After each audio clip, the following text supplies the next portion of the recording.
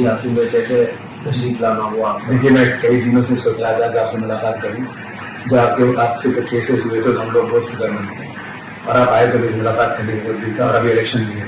جی جی تو میں تو خاص طور سے ابھی تو آیا کہ آپ مجھے دعا کیجیے کہ میں اس الیکشن میں چوتھی بار لڑ رہا ہوں الیکشن. اچھا اچھا. اور اس الیکشن میں مجھے کامیابی ملی کیونکہ میرے یہاں 1,90,000 مسلم ووٹ ہے اور 5 لوگ لڑنے والے ہیں اور 1,50,000 ووٹ ہے نام اس کو ایک لڑنے والا ہے. اگر ووٹوں کا بنٹوارا ہوگا تو میرے یہاں پھر یہ نفرت والے بی جے پی کے لوگ جو مسلمانوں کے ساتھ بار بار کرتے ہیں اور آپ کے ساتھ جنہوں نے کیا نہیں تو یہ لوگ چن کے نہیں آنا چاہیے. میں آپ سے دعا کرا رہا ہوں. بالکل اللہ تعالیٰ کامیابی عطا فرمائے.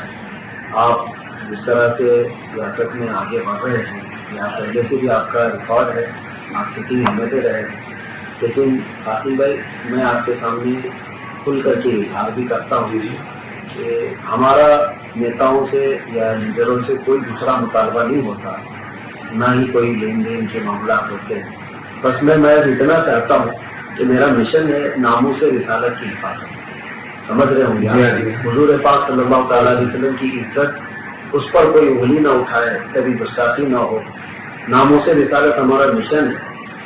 اللہ تعالیٰ کرے کہ کامیاب ہو اور اس کے بعد اگر آپ جیت کر کے آگے بڑھتے ہیں تو بس ہم کو یہ آشواسن دے دیجیے اس سلسلے میں آپ کیا کریں گے ناموس رسالت کی حفاظت کے لیے, اس مشن کے لیے آپ کیا کام کریں گے. ہمارے یہاں سے کم 100 بار سرکار سے سڑک پہ یہ ڈیمانڈ کر چکا ہوں کہ حضور صلی اللہ علیہ وسلم, میں ہمیشہ کہتا ہوں دنیا میں جتنے لوگ ہیں احترام کے قابل میں سب کو مانتا ہوں مگر مصطفیٰ کے بعد.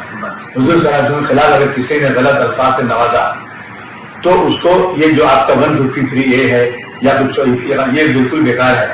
کم سے کم اس پہ آپ UAPA لگائیے.